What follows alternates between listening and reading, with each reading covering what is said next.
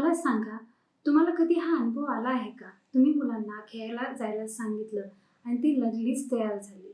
ते लागलीच नुसती तयार झालेली नसतील, तर ते खूप उत्साहाने, आनंदाने तयार होऊन ते खेळायला गेलेले असतात. आणि आल्यानंतर ते खेळण्यातला एक्सपिरियन्स पण आपल्यासोबत शेअर करू इच्छित असतात. आपण जरी तो एक्सपिरियन्स ऐकला नाही, तरी ते आपल्याला ऐकवण्याचा प्रयत्न करत असतात. हा अनुभव बहुधा सर्वच पालकांना आला असेल.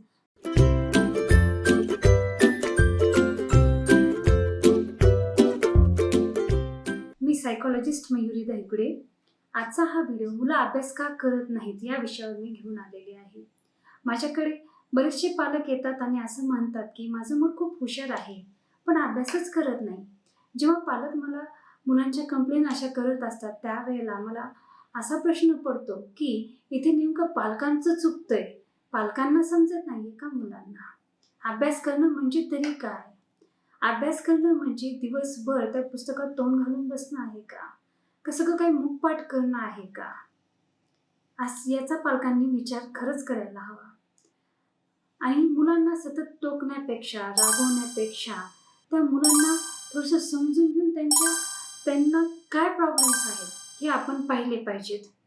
आणि नंतर आपण त्यांना अभ्यास करायला बसायला सांगितलं पाहिजे. असं बोलल्यानंतर पालकांना असाही प्रश्न पडला असेल की आम्ही काही मुलांचे दुश्मन आहोत का? आम्हाला एवढंच वाटतं की कोणतंही ध्येय मिळवण्यासाठी तुम्ही अगोदर त्याच्यासाठी कष्ट करणं खूप गरजेचं आहे. म्हणून आम्ही त्यांना दिवसभर अभ्यास करायला सांगतो किंवा असं म्हणता येईल की जास्त वेळ अभ्यास करायला सांगतो. मी हे समजू शकते, पण तुम्हाला हे समजावं लागेल की तुमचं मूल हे रोबोट नाहीये. तर त्या मुलांकडून किती अपेक्षा ठेवायच्या हे तुमच्यावर डिपेंड आहे. बरं, मला सांगा, तुम्हाला कधी हा अनुभव आला आहे का? तुम्ही मुलांना खेळायला जायला सांगितलं आणि ती लागलीच तयार झाली. ते लागलीच नुसती तयार झालेली नसतील, तर ते खूप उत्साहाने, आनंदाने तयार होऊन ते खेळायला गेलेले असतात.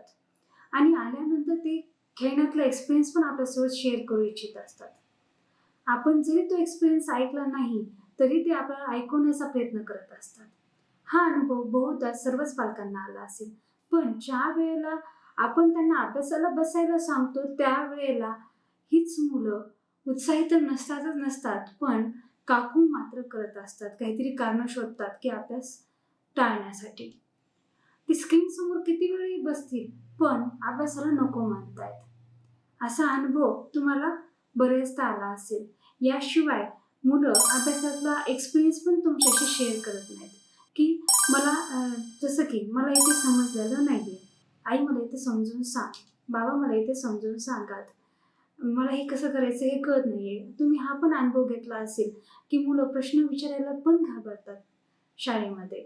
मला हे येत नाहीये, तर तो विचारायला देखील त्यांना नकोसं वाटतं. पण शाळेत सुद्धा हीच मुलं बाकीच्या गोष्टी मात्र खूप शेअर करतील टीचरसोबत, फ्रेंड्ससोबत, पण एकमेकांना विचारत नाहीत.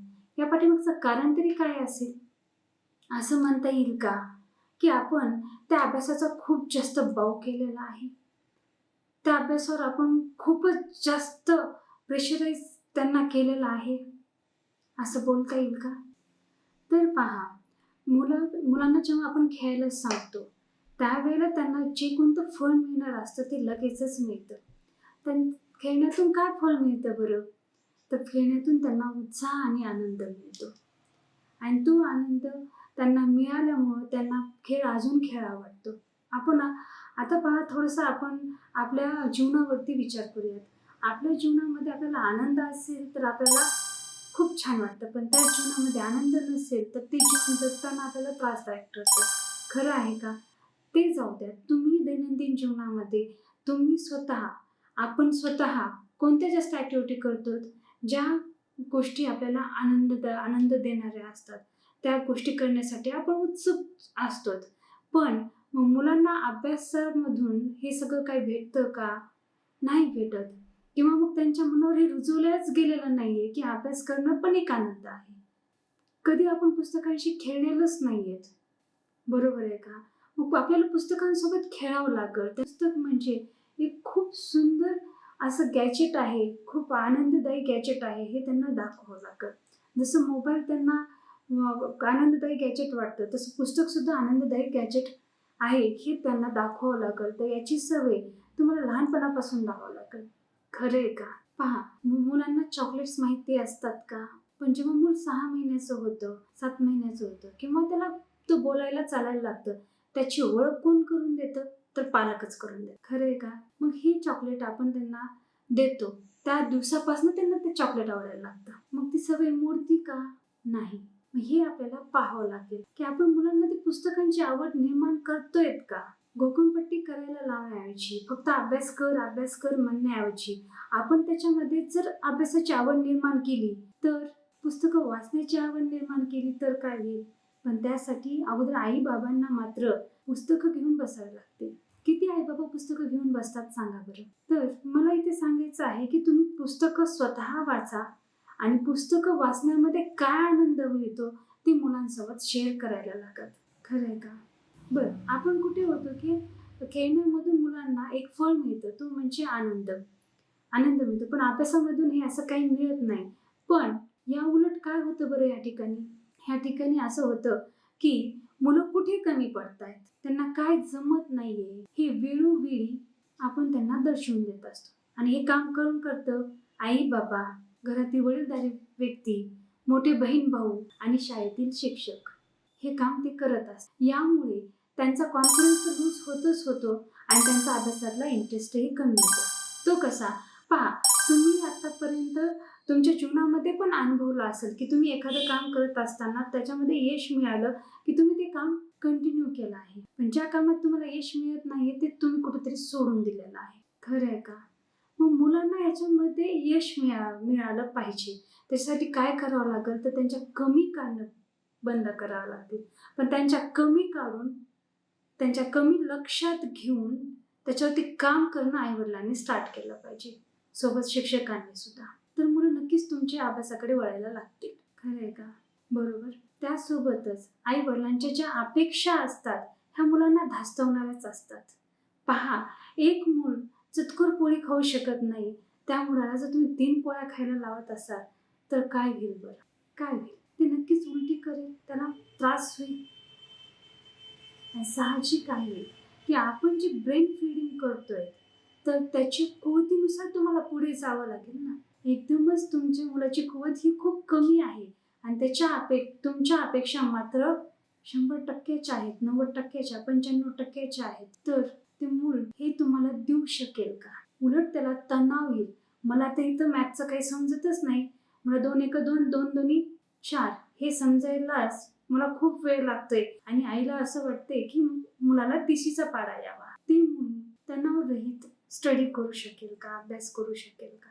तर पहिल्यांदा तुम्ही तुमच्या मुलांचा तणाव कमी करात. त्यांच्यावरच्या अपेक्षा जरा कमी करात. ह्या गोष्टी जर त्या कमी होत गेल्या, तर मूल तुमचं नक्कीच अभ्यासाकडे वळायला लागेल. त्यानंतर मुलांमध्ये एक भीती असते. ती म्हणजे कोणती? अपयशाची भीती. कारण की आई-वडिलांनी खूप प्रेशराईज केलेलं असते. समाजाने खूप प्रेशराईज केलेलं असते.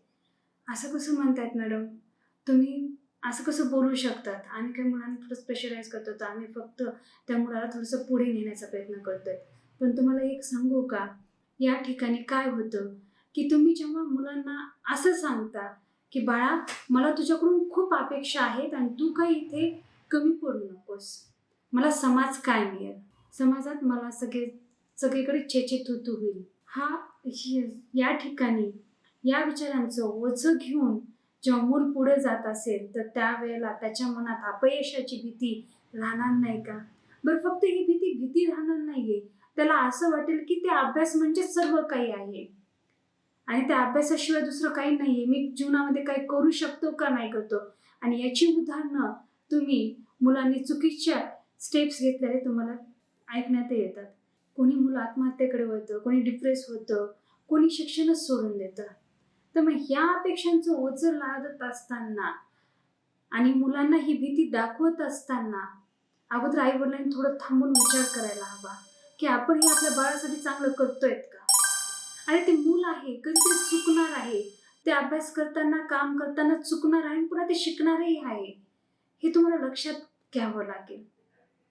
आणि हे जोपर्यंत तुम्ही लक्षात घेणार नाही, तोपर्यंत त्यांच्या मनातली अपयशाची भीती निघणार नाही. कारण की मूल तुम्हाला जरी असं वाटत असेल, की मूल हे दुसऱ्यांचं जास्त ऐकतं, तर मी तुम्हाला इथे खरं खरं एक गोष्ट सांगते, ही तुमचा फक्त भ्रम आहे. प्रथम मूल हे आईवडिलांचं ऐकत असतं, आईवडिलांना ऑब्झर्व करत असतं, आईवडिलांच्या अपेक्षा काय आहेत हे पाहत असतं. तुम्हाला जरी वाटत असेल की मुलाला आपलं काहीही नाही, पण मी तुम्हाला सांगते की मुलांना तुमच्याशीच सगळं काही घेणं देणं असतं.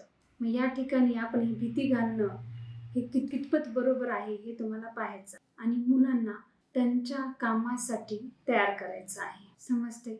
ह्या सर्व काही स्टेप्स तुम्ही जर पाळत गेलात तर नक्कीच तुमचं मूल अभ्यासाकडे तर वळच वळेल, पण ते नुसतं अभ्यास करणार नाहीये, तो त्याच्यासाठी कॅपेबल असेल, हे तुम्हाला लक्षात घ्यायचं आहे. हेच होतं ना, ज्या वेळेला मूल अभ्यास करतं त्यावेळेला आपण त्याला इतकी रोकटोक लावतो, त्याच्या एवढ्या चुका काढतो, त्याला इतका त्रास देतो की त्याचा सेल्फ इस्टीम कमी होतो. पण खेळ खेळताना हेच मूल खूप छान खेळतं. एखादं गॅजेट चालवताना हे खूप चांगलं चालवतं. मोबाईलमध्ये त्याला सगळं काही समजून जातं. का? तिथं प्रेशर नाहीये हो, तिथं रोकटोक नाहीये, त्यांना कोणतंही बंधन नाहीये, शिकण्याची पद्धत नाहीये. इथे आपण शिकण्याच्या पद्धतीपासून त्यांना बंधन लावलेले आहे. शिकायचं ना अशा पद्धतीने शिकलं पाहिजे, एकाच ठिकाणी बसून अभ्यास केलाच पाहिजे, इतक्या वेळ अभ्यास केलाच पाहिजे, नोट्स लिहूनच काढल्या पाहिजेत. प्रत्येक पर्सनॅलिटी वेगळी आहे आणि प्रत्येकाची पद्धत वेगळी आहे हे आईवडिलांनी समजून घेतलं पाहिजे. म्हणून दुसऱ्या मुलांसोबत आपल्या मुलांना कम्पेअर न करता त्यांना त्यांच्या पद्धतीनं शिकू द्यायला हवं. फक्त आपण दुसऱ्या मुलांसोबतच मुलांना कम्पेअर करत नाही, तर आपण स्वतःसोबतही मुलांना कम्पेअर करतो. आपण त्यांना नेहमी उदाहरण देतो की आमच्या लहानपणी आम्ही असा अभ्यास केला होता. पण खरंच तुम्ही जेवढं मुलांना सांगतात तेवढं खरंच तुम्ही स्वतः अभ्यास तसा केला होता का, याचाही आपण विचार करायला हवा. मग त्याऐवजी तुमचं मूल जसं आहे तसं स्वीकारा, त्याच्यातल्या कमी काढण्याचा प्रयत्न करा. कमी काढून त्यांच्यावरती न रागवता, न चिडता, त्यांच्याकडनं न प्रेशराईज करता त्यांच्याकडनं ते काम करून घ्या. नक्कीच तुमचं मूल अभ्यास करायला लागेल. तर मी या ठिकाणी इथेच थांबेल, पण या 4-5 गोष्टींवरती पालकांनी खरंच विचार करायला हवा आणि सगळ्यात महत्त्वाचं तुम्ही हे उदाहरण लक्षात घ्यावं की मैदानी खेळ खेळताना मुलांना सांगायची गरज पडत नाही. मुलं स्वतःचं शिकतात, पण अभ्यास करताना मुलांना खूप सांगावं लागतं. याच्यामध्ये त्रास तुम्हालाही होतो आणि मुलांनाही होतो. तर मुलांवर काही गोष्टी सोडून द्या, याचा अर्थ लक्ष देऊ नका असं नाही. लक्ष ठेवून त्यांच्याकडून ते काम पूर्ण करून घ्या, पण विदाऊट बर्डन. धन्यवाद. हा व्हिडिओ आवडला असेल तर लाईक आणि सबस्क्राईब करायला विसरू नका आणि पुढील व्हिडिओ तुम्हाला कोणत्या विषयावर हवा आहे त्याच्यासाठी मला तुम्ही खाली कमेंट बॉक्समध्ये कमेंट करू शकतात. धन्यवाद.